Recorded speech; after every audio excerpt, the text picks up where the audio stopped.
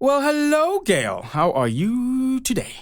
Good morning. I'm really good, actually. Really good. How are you? Oh, wow. The pitch went up even. That sounded like you, I don't know, you came back from a hit session, hit some CrossFit or something this morning. That sounds so 80s. No, just a plain old run, but it was really good. Ah, excellent. I do like a little bit of an exercise myself. I just don't like you always have to factor in the time it takes to clean yourself afterwards. Did you clean yourself afterwards, Gail? Did I clean myself? This is not the opening session I thought we were going to have, but as you've gone there, yeah, sure. I had a shower. Ah, excellent. I like that you also shower and you don't bath. You don't bath, do you? I mean, I do bath, not on a Monday. I wouldn't bath on a Monday morning, but I would bath on I had a lovely bath on Sunday afternoon. What about you? No, there's never a reason to bath, Gail, because baths are just a really complex way to get differently dirty. You're really just moving the dirt elsewhere on yourself. It's horrible. And then people just lie there simmering in their own filth. Whoa, you've thought this through. And they call this relaxation. Oh, but you're going to hate what happens in my family. And I don't think we're that weird. Okay, deep breath. I might say, hey, I'm going to have a bath to my husband, and he'll go, oh, leave it in because I'll jump in after you.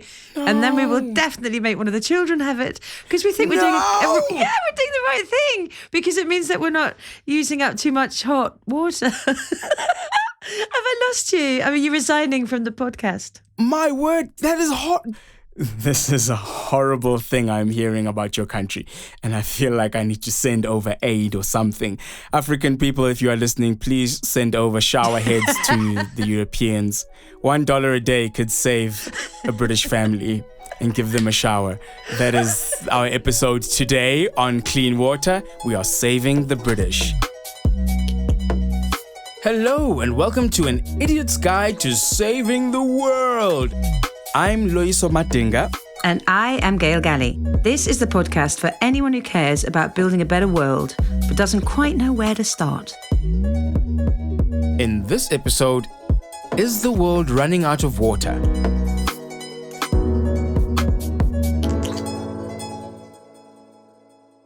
I see what you've done there. You brought us into this goal topic, haven't you? This is goal number 6, water and sanitation. Yes, Gail, that's what I did. Not just a pretty face over here.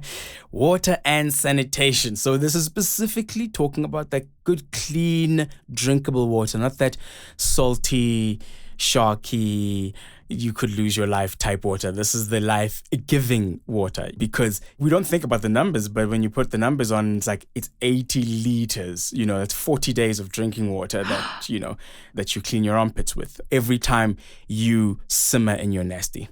Wow, 40 days of drinking water is one bath. Yeah. Wow. No, that is bad. If you think about our previous episode where we talked about the fact that 70% of the earth is water, so that's good, but only 1%, I think, is usable to drink. We're living on this big ball of irony. I mean, I grew up in a place where pretty much didn't have running water. Not to sound sad, I had a great childhood, thank you very much. But, water was very different. You were aware as a person because we got ours from a big, we had these big 2 tanks of water that would be on the side of the house running from the roof. So rainwater catchment was a thing when we were growing up. And my job as a child was to always check the water level of the house. Yeah, so this is the crazy thing we live in. It is such a scarce thing that too many people still, 1 in 3 to be exact globally, do not have access to clean drinking water, which is a staggering amount. Like 1 in 3, let's put that in actual numbers. So if there's about 7 billion people on the planet, that means there's 2 and more a bit billion. 2 billion. If there's 1 in 3 people don't have it, well, that's already more than 2 billion people aren't able to turn a tap on, wash their hands during COVID. I know that where it is scarce, it's usually women and girls, as usual, who get shafted and they have to go and get it, which means they miss school, they might get attacked. I can see it's at the heart of everything. I didn't realize it was so high as more than 2 billion people don't have it. Yeah, that's the thing, isn't it? All these problems have problems. Like dirty water causes diarrhea, for example, which kills a child under 5 every 2 minutes. There's another scary statistic. Oh, there's another horrible statistic. I mean, I wonder whether, and tell me if this is not true and I'm making an assumption here, But living where you live, this sounds like this is much more of a thing. It's just not a thing, I think, that people in the Northern Hemisphere, certainly in Britain, we just take water so for granted. It's everywhere, right? Like the thought of not having enough or the tap not working. But do you think where you live, it's much more of a thing because you have much less of it? Or is that an assumption I shouldn't be making? No, I think it's a fair assumption. I think for sure, yeah, we even had what we called day zero, which was the day the taps would stop running in Cape Town. This was 2018 because of the drought and the dams were critical level low. I remember this period because, I was in Johannesburg and the rivalry between Joburg and Cape Town is so real that we were watching this with, shock and slight excitement. But to get more of an idea of what that experience was, let's hear it from someone who experienced it live in Cape Town at the time. My name is Marie-Chen. I'm a medical doctor in a little town called East London in South Africa. After 3 years of drought, a metropolitan area of nearly 4 million faces tough choices. Cape Town, South Africa could become the world's first major city to run out of water. The reason for the water crisis was multifactorial. At the end of apartheid, with the administrative handover, the city was warned that the infrastructure is not adequate for the rate of growth of the population. The story goes that dams were not increased in size, infrastructure was not strengthened, and then on top of that, there was a 3-year drought. Normally I would be completely underwater standing here, but if you look back, you can see the dam levels are critically low. In 2017, when I first moved to Cape Town, the city was already in the middle of severe water restrictions. The city has restricted residents to just over 13 gallons. It's about 50 liters of water a day. Also, simple things like nobody can wash their car. We were encouraged not to flush the toilet, kind of if it's yellow, let it mellow, if it's brown, flush it down. And then we were encouraged to catch up the water in our showers. So I had probably a 20-liter bucket in my shower. It caught up all of the water while I waited for the water to heat up. And then switching entirely to showering as opposed to having a bath. And hotels in the city, there was a point in time where they got a lot of flack for allowing visitors to have like a nice, warm, proper bath. But eventually they took away the plugs. We have really reached a point of no return. We can no longer ask people to stop wasting water. We now have to force them to stop wasting water. So we were told that on day zero, all of the supplies to houses, private properties would be cut off. There would be no water coming out of the taps.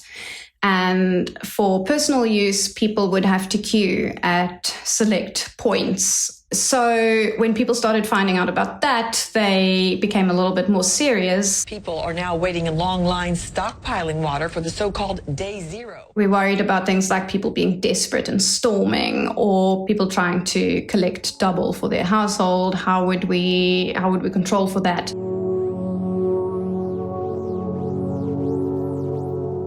Places like public hospitals, their taps would not be entirely turned off. I mean, if you think about things like scrubbing up surgery, we couldn't afford to scrub up in, a communal bucket.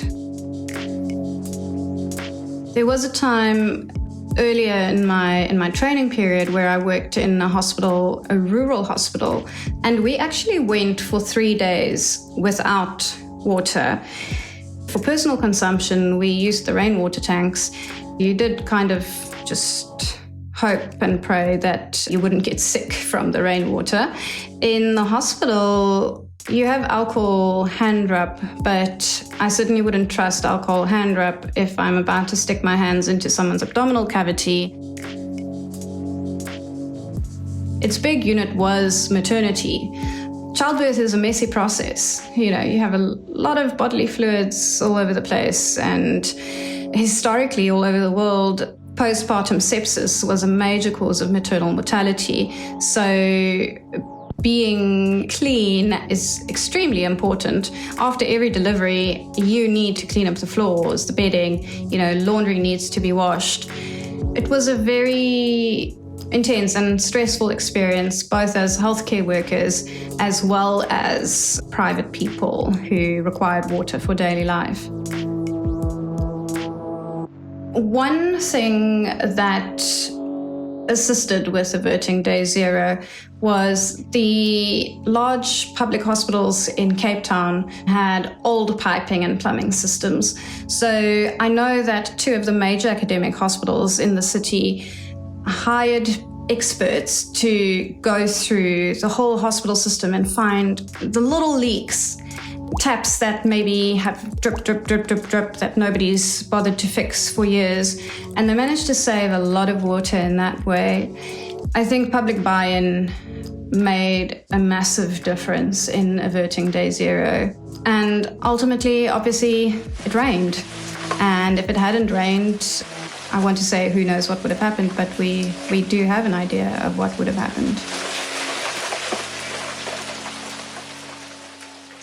Yeah, we do have an idea of what could happen because all of a sudden, a wealthy city, beautiful city, it's like Armageddon, drought-stricken place. It's a crazy thought to think about.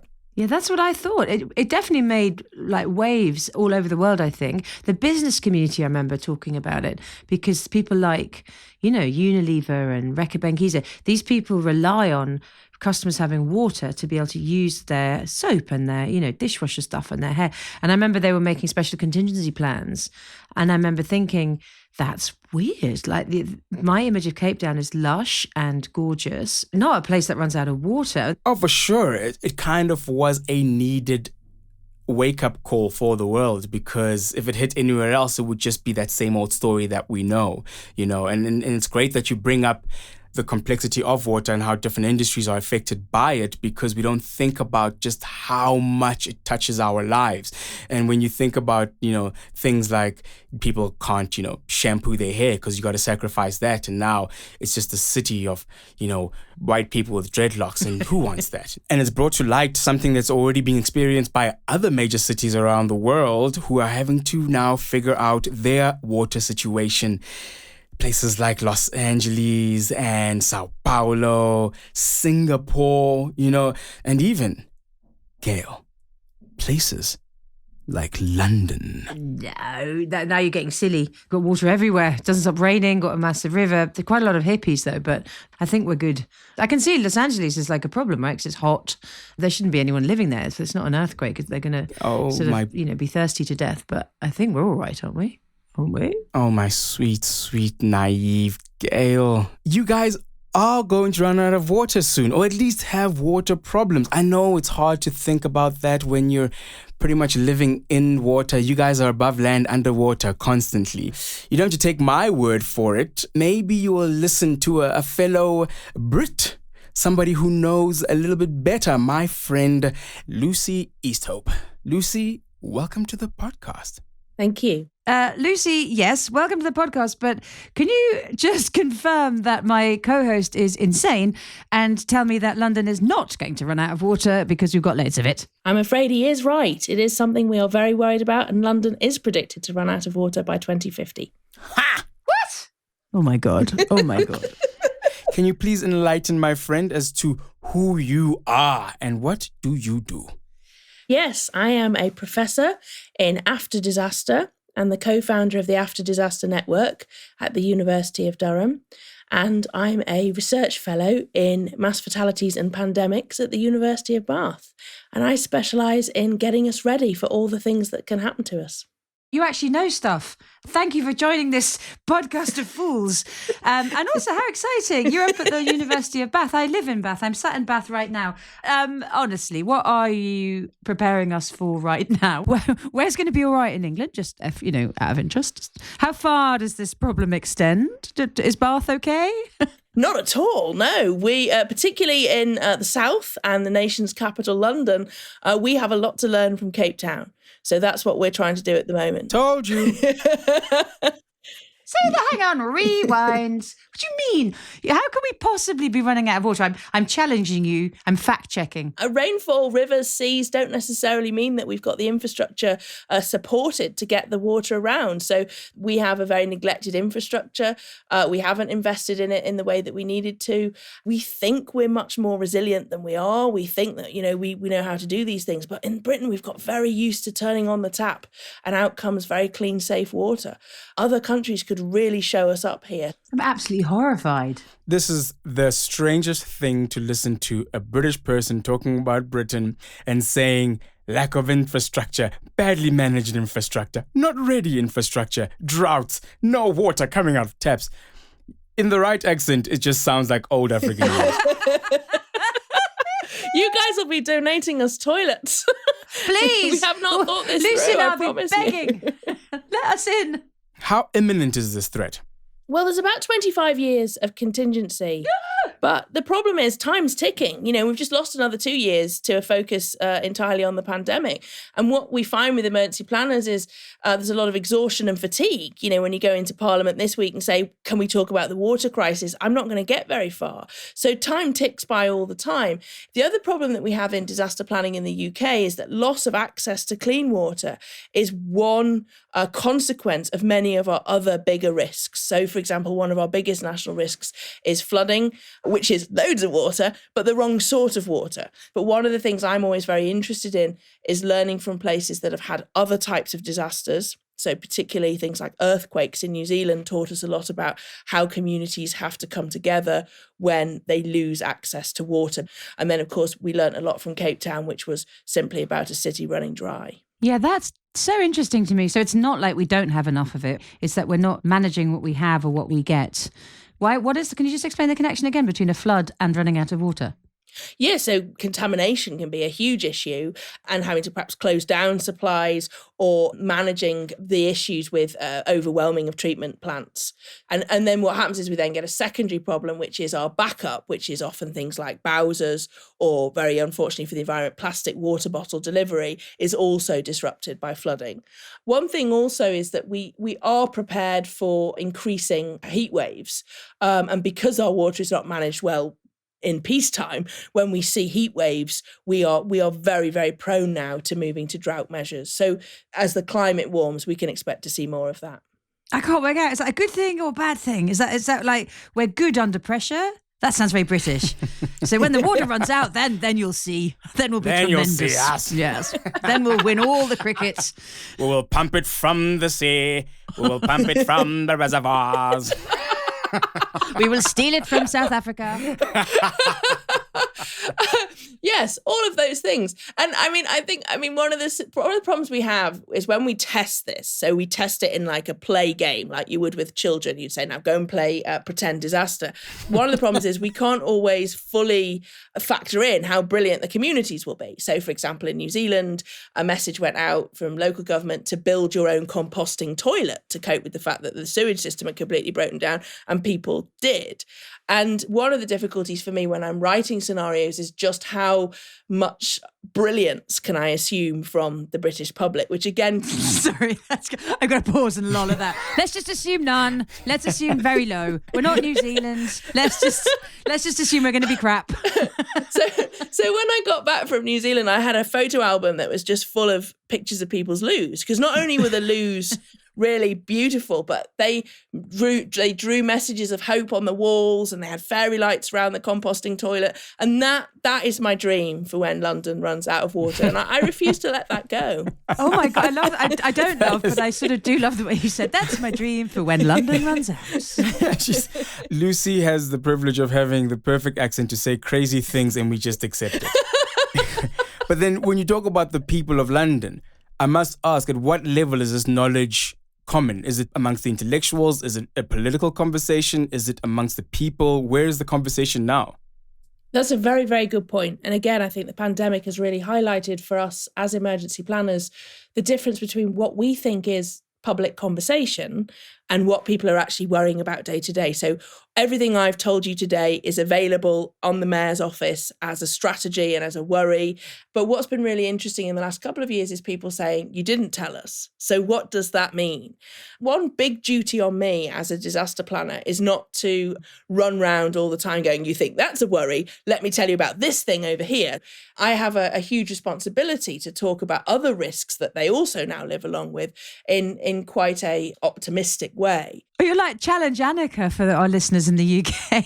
Here comes Lucy with her hair on fire. What's she shouting about? But I really get that need. Like, we have that in all the issues and all the goals, is how do you, without straying into doom comms, which like motivates no one, how do you get people to take this seriously and then take their own actions seriously? So actually, what is your thing, apart from or becoming New Zealandish and building our own loo, which I'm immediately going to do, by the way, after this recording.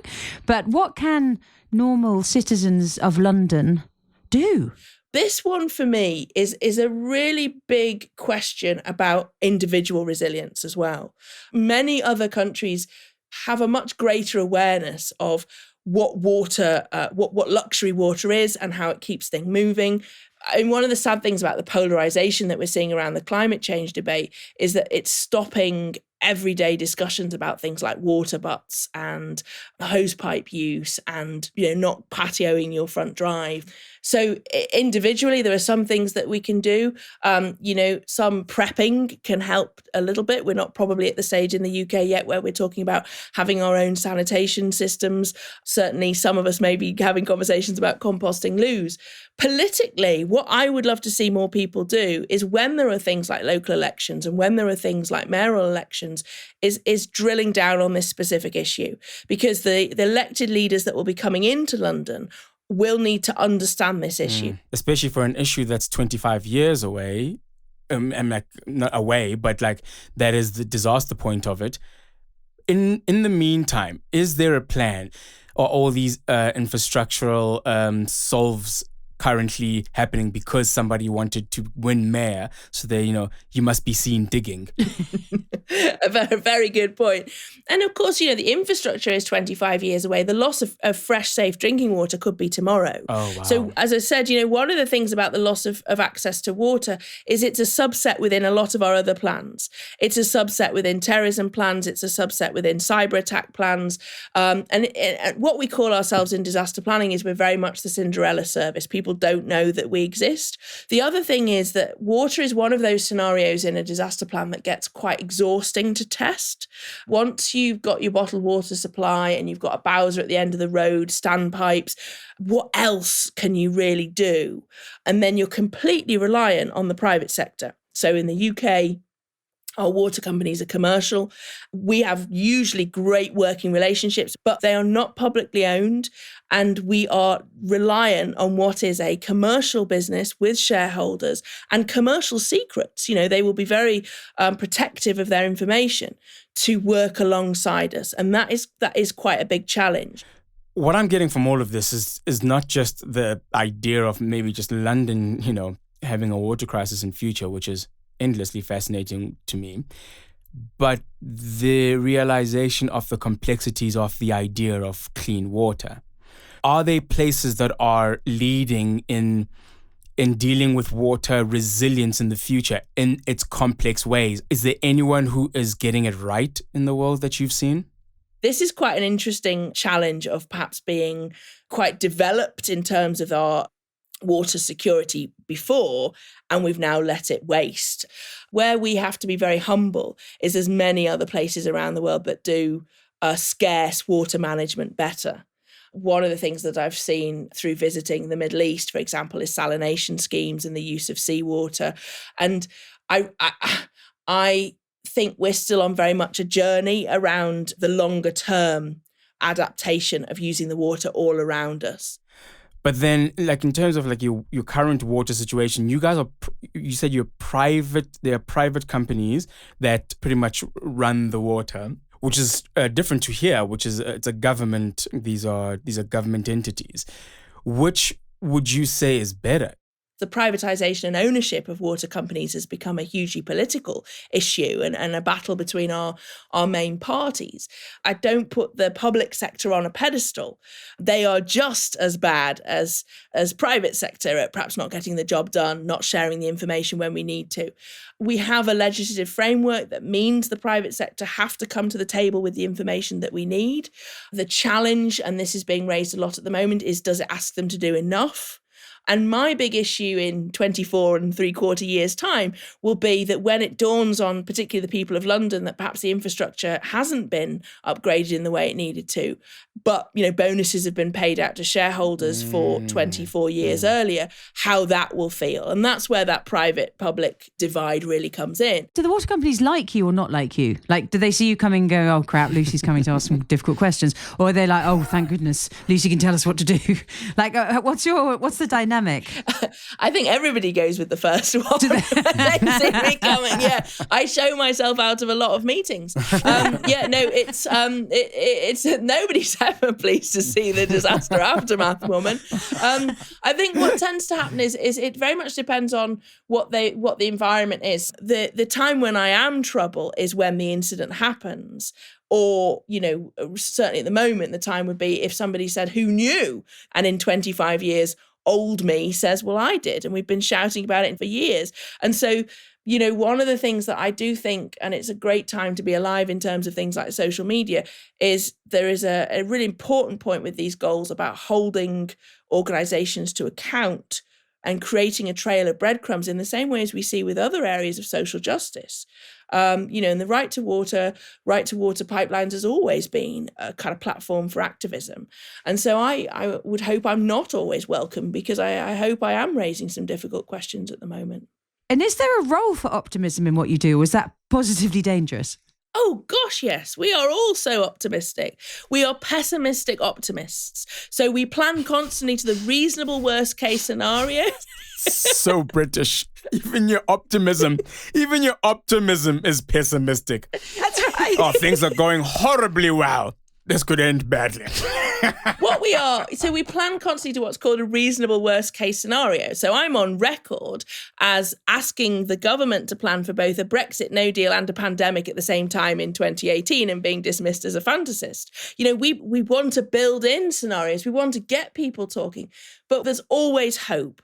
Because as I've just got a new book out, When the Dust Settles by Lucy Easthope, which is about my life in disaster. By always seeing the aftermath of disaster, you also get to see the rebuild and the recovery, and you open your mind to the learning. I mean, that's why it was a privilege to learn from Cape Town.